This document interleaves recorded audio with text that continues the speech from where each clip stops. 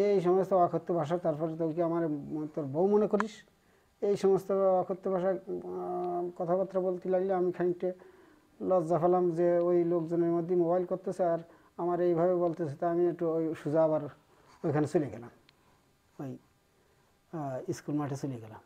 এই তখন লোকজন চলে আসে, আমি এমনি বললাম যে মা আমি লুঙ্গি পরা রয়েছে, ওখানে আসি কী করে। তার সে প্রচুর পরিমাণে গরম দিতে লাগলো। আমি ওখানে গেলাম, গেলি মা আপনি গরম হচ্ছেন কেন, আমি যাই বলতেছি আপনি তো এরকম গরম হচ্ছেন কেন, অমনি এসেতে হয় তুই আমার কী মনে করিস, তোর চাকরি শেষ করে দেবো, এই বলে আমারে ঘুষি মেরে দিয়েছে। মারলি আমি অবশ্য ঠেকাইছি, কোনো স্কুল খোলা আছে কিনা, তাই আমি বললাম না মা স্কুল খোলা নেই। তাহলে তো আমাদের একটা সমস্যা, আমাদের আজকে মিটিং রয়েছে এই জায়গায়, মাঠটা অপরিষ্কার রয়েছে, কী করতে হবে, মাঠটা অপরিষ্কার রয়েছে, তো ছেলে মেয়েরা নেই, আমরাও তো স্কুলে নেই, তাহলে এখন বললো যে আমার বললো যে কুড়োইটা দিস কেন একটু কার দিয়ে, আমি যে কার দিয়ে কুড়োবো ওটা আপনি দায়িত্ব নেন। এবার আমি অবশ্য বলে চলে আসে। আমার অবশ্য বলিল যে আমার টেবিল দিতে হবে না 3টে, আর ওই একটা কাপড় আর একটা মাইক। তা আমি বললাম মা স্কুলের জিনিস মাইকটাই সব দেওয়া যাবে না, ও দিতে পারবো না, আপনি হয়তো 3টে টেবিল দেওয়া যায় না, তারপর আপনি নেবেন। এই বলে আমি চলে আসি। আসার পরে খানিকটা পরে আমি যশোর যাচ্ছি, তখন দেখি যে ওই ডেকোরেটরের মাল আনিয়ে স্কুলে নাম আসছে, অর্থাৎ স্কুলে ওই চেয়ার আর কাপড় চোপড় দেখলাম। তো আমি মনে করলাম তাহলে বোধ হয় টেবিলের কাপড় টোপড় সব চলে আসে। আমি আর চলে গেলাম যশোরতে। আমি 2টোর দিক চলে আসি। 2টোর দিকে এসে ওই পাশে জাকিরের দোকানে, ওখানে আমি ওই দোকানে বসে গেছি। ওখানে বসার অবস্থায় মোবাইল করলো যে একবার মামা মোবাইল করলো আমার কাছে যে এই তুই সে কাপড়টা দিলি না।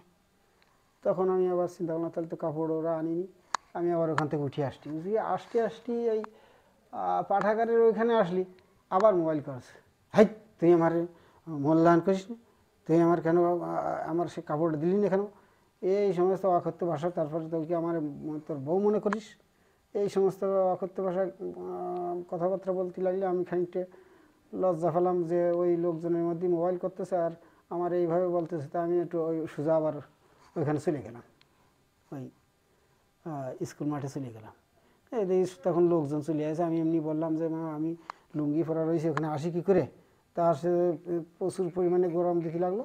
আমি ওখানে গেলাম, গেলি মা আপনি গরম হচ্ছেন কেন, আমি যাই বলতেছি আপনি তো এরকম গরম হচ্ছেন কেন, অমনি এসেতে হয় তুই আমার কী মনে করিস, তোর চাকরি শেষ করে দেবো, এই বলে আমারে ঘুষি মেরে দিয়েছে। মারলি আমি অবশ্য ঠেকাইছি, ঠেকানোর সাথে সাথে লোকজনে আরও কয়েকজন এসে ঠেকালো ওরে।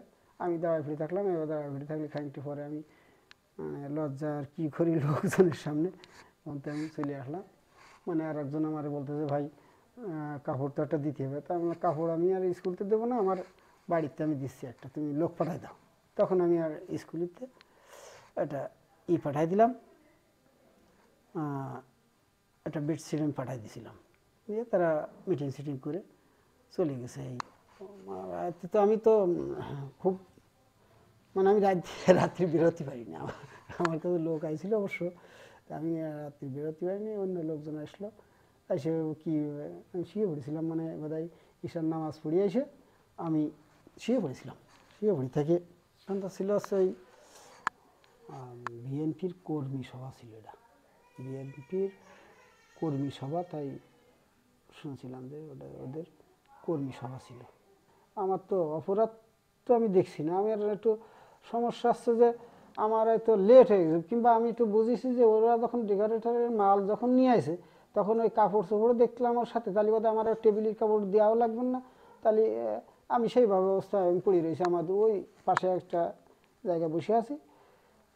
তখন আবার মোবাইল করলে আমি ওখান থেকে উঠে আসি, আমি যখন চিন্তা করলাম যে তাহলে চাবিটা নিয়ে যেয়ে একটা কাপড় দিই, কিন্তু এই মুহূর্তে আমার সে কী গরম, হ্যাঁ তুই কি মনে করিস, তোর সকালবেলা একবার চাইছি, তা আমি তো সকালবেলায় চাইছি, সে তো তারপরে তো দেখলাম কাপড় নিয়ে আসা হলো, ওই ডেকোরেটরের মাল নিয়ে আসা হলো। তাহলে আমি আমি তো মনে করলাম তাহলে বোধহয় নিয়ে আসে সব, আর আমার কি অত আমার কি ওই জায়গায় কোনো দায়িত্ব আছে?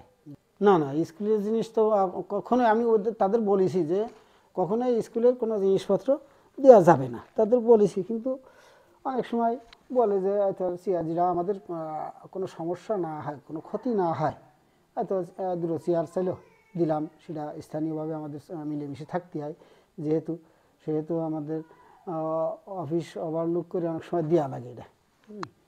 এটা এলাকার স্বার্থে বা প্রতিনিধিদের স্বার্থে এটা করতে হয় কাজটুকু।